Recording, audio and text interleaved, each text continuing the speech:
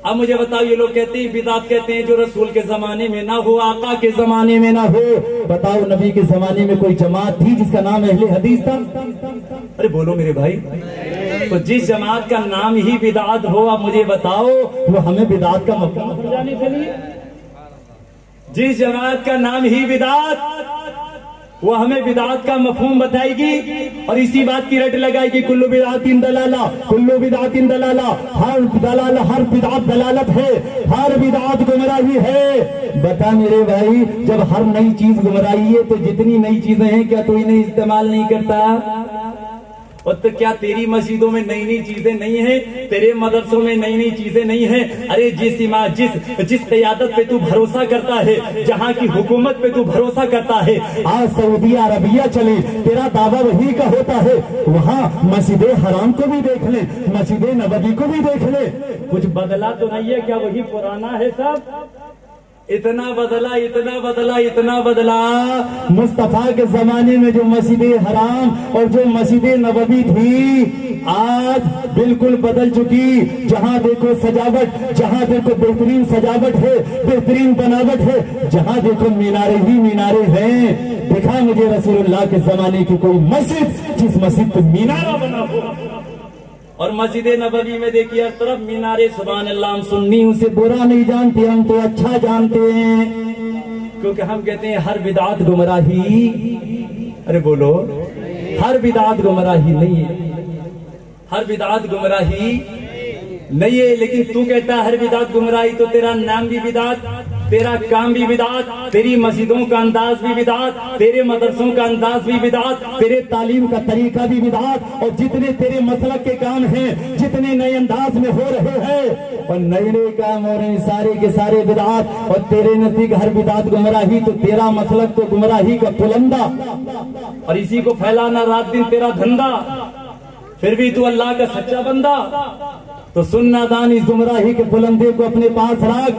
ہم اہل سنت سے جان، ہم سے سیکھ، ہم تجھے بتائیں گے، اس لیے کہ ہم نے اماموں سے سیکھا ہے. ہمارے اماموں نے بتایا جو یہ حدیث ہے کلو بدعت دلالہ، ہر بدعت گمراہی ہے، اس کا معنی یہ ہے یہاں بدعت کے بعد اس کی صفت سیئہ محفوظ ہے.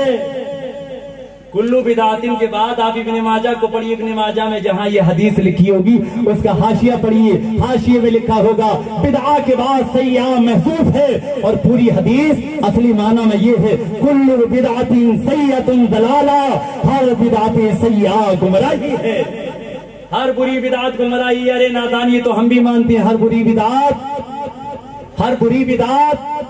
گمراہی ہے. تو ہم اہل سنت کہتے ہیں، ببانگے دوحل کہتے ہیں بدعات کی دو قسمیں، ایک بدعت حسنہ، بدعت سیئہ، اچھی بدعت اور بری بدعت. اچھی بدعت گمراہی نہیں ہے، بری بدعت گمراہی ہے. یہ ہے کل بدعت دلالہ کا صحیح مفہوم.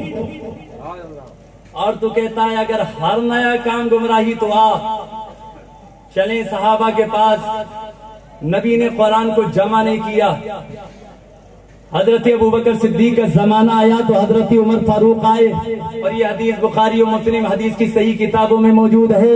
حضرت عمر نے آ کے عرض کیا امیر المومنین جنگ کے اندر قرآن کے حفاظ شہید ہو گئے، ایسے ہی حفاظ شہید ہوتے رہے تو قرآن کو ہم کیسے محفوظ کریں گے؟ حضرت ابوبکر صدیق کا جواب سنیے. اور آج جو یہ سوال جواب چل رہے ہیں اس پہ بھی غور کر لیجئے. اس مسئلے کو حضرت ابوبکر صدیق حضرت عمر نے 1400 سال پہلے حل فرما دیا ہے. حضرت عمر نے عرض کیا تھا امیر المومنین قرآن کو جمع کر لیا جائے. قرآن کی کوئی آیت ہڈی پہ لکھی ہے، کوئی پتے پہ لکھی ہے، کوئی لکڑی پہ لکھی ہے، کوئی کہیں لکھی ہے کتابی شکل میں نہیں. یہ حضرت عمر نے جب عرض کیا تو جانتے ہو صدیق اکبر نے کیا کہا؟ حضرت ابوبکر صدیق کہتے ہیں عمر جو کام نبی نے نہیں کیا وہ کام کرنے کو کہتی ہو.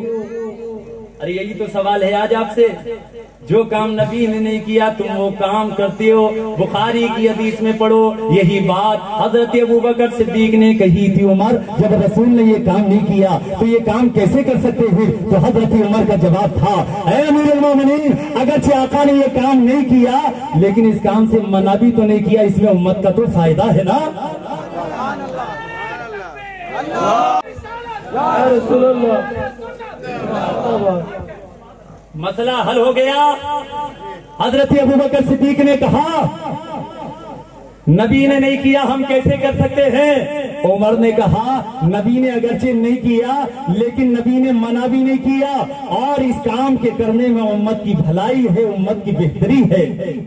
پتہ چلا اگر کوئی کام نبی نے نہ کیا ہو اور اس سے منع بھی نہ کیا ہو, اگر اس میں امت کی بہتری ہو, امت کا فائدہ ہو, تو ایسا کام دین کے اندر رائج کیا جا سکتا ہے اور اس کی اجازت بھی رسول اللہ نے عطا فرمائی ہے. سنن ابن ماجہ دیگر حدیث کی کتابوں میں کتنی حدیثیں موجود ہیں جس میں آقا نے فرمایا دین کے اندر اگر کوئی اچھا طریقہ رائج کرے تو قیامت تک جتنے لوگ عمل کریں گے انہیں بھی ثواب ملے گا اور ان سب کے برابر تنہا ثواب اسے ملے گا جس نے اس اچھے کام کو رائج کیا ہوگا.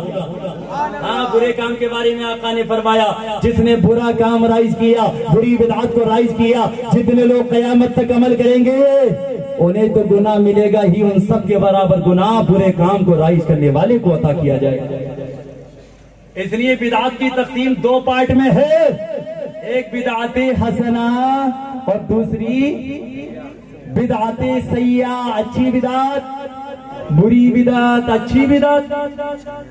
آپ سے کہیں گے بدعت بھی اچھی ہوتی ہے کہ ہاں بھائی ہم نے تو یہی سیکھا ہے بدعت اچھی بھی ہوتی ہے. کہاں سے سیکھا تو سنیے, دور مت جائیے, حضرت ابوبکر کے بعد حضرت عمر کے زمانے میں آ جائیے. امیر المومنین عمر فاروق جن کے بارے میں آقا کہتے ہیں جس راستے سے میرا عمر گزر جائے شیطان اس راستے سے نہیں گزرتا. جس راستے سے عمر گزر جائے شیطان نہیں گزرتا. ایسے غلام بنو عمر کے کہ شیطان گھبرائے, جنات والا بھی گھبرائے اور انسانوں والا بھی گھبرائے. حضرت عمر دین کے معاملے میں بڑے سخت تھے. حضرت عمر فاروق اعظم کے زمانے تک نماز تراویح کا سلسلہ یہ رہا باضابطہ معمول پابندی کے ساتھ تراویح کی نماز کو جماعت کے ساتھ پڑھنے کا رواج نہیں تھا. حضرت عمر فاروق ایک دن تشریف لائے مسجد نبوی میں, صحابہ کو الگ الگ الگ الگ نماز تراویح پڑھتے ہوئے دیکھا تو آپ نے فرمایا میں یہ چاہتا ہوں کہ صحابہ کو نماز تراویح کے نام پہ ایک جگہ جمع کر دوں اور باضابطہ اہتمام کے ساتھ رمضان کے مہینے میں روزانہ پابندی کے ساتھ جماعت سے نماز تراویح ادا کی جائے. کسی صحابی نے نہیں کہا رسول نے یہ کام نہیں کیا عمر تم کیوں کرتے ہو, ابو بکر نے نہیں کیا تم کیوں کرتے ہو, اس نے نہیں کیا تم کیوں کرتے ہو. آج بار بار یہ سوال ریپیٹ کیا جاتا ہے اور یہ سارے مسئلے 1400 سال پہلے حل ہو گئے. نہدان 1400 سال ہو گئی تو آج بھی اسی کو پکڑ کے بیٹھا ہے. بتا تو نے ترقی کی کہ تو نے تنزلی کی. ہمیں سکھاتا ہے اہل سنت کو بتاتا ہے نادان ہم ترقی کرنے والے ہیں چونکہ ہم بزرگوں کے راستے پہ ہیں, ہم صحابہ کے راستے پہ ہیں, ہم بھٹکے ہوئے کے راستے پہ نہیں ہیں. ہم تو ہدایت کے ستارے نجوم ہدایت صحابہ کے راستے پہ ہیں. ہمارے ہاتھ میں ایک طرف اہل بیت کا دامن ہے تو دوسرے ہاتھ میں صحابہ کی ہدایت کا دامن ہے. کشتی نجات بھی ہمارے پاس ہے اور نجوم ہدایت ہدایت کے ستارے بھی ہمارے پاس ہیں اور یہی ہماری نجات کا سامان ہے. ہمارے امام نے کہا 13ویں صدی کے مجدد نے کہا, امام اہل سنت نے کہا, مجدد دین و ملت نے کہا, اعلیٰ حضرت پکار اٹھے اہل سنت کا ہے بیڑا پار, اصحاب حضور نجم ہے اور ناؤ ہے اتنے رسول اللہ کی. اہل سنت کا ہے بیڑا پار کیونکہ اس سینے میں اہل بیت کی محبت ہے. اہل سنت کا بیڑا پار ہے کیونکہ اس سینے میں اہل بیت کے ساتھ ساتھ صحابہ کی محبت ہے.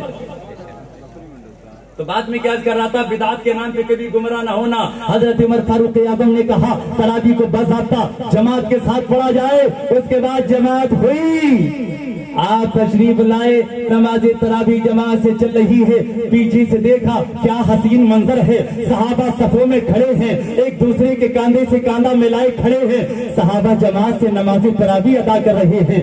امام قرآن عظیم پڑھ رہا ہے, سارے صحابہ کھڑے ہو کے سن رہے ہیں, نماز تراویح ہو رہی ہے. حضرت عمر کی زبان سے یہ جملے ارشاد ہوئے, نعمت البدعۃ ھذہ, یہ کتنی اچھی بدعت ہے, یہ کتنی اچھی بدعت ہے. تجھے اتنا علم ہو گیا, حضرت عمر کو نہیں ہوا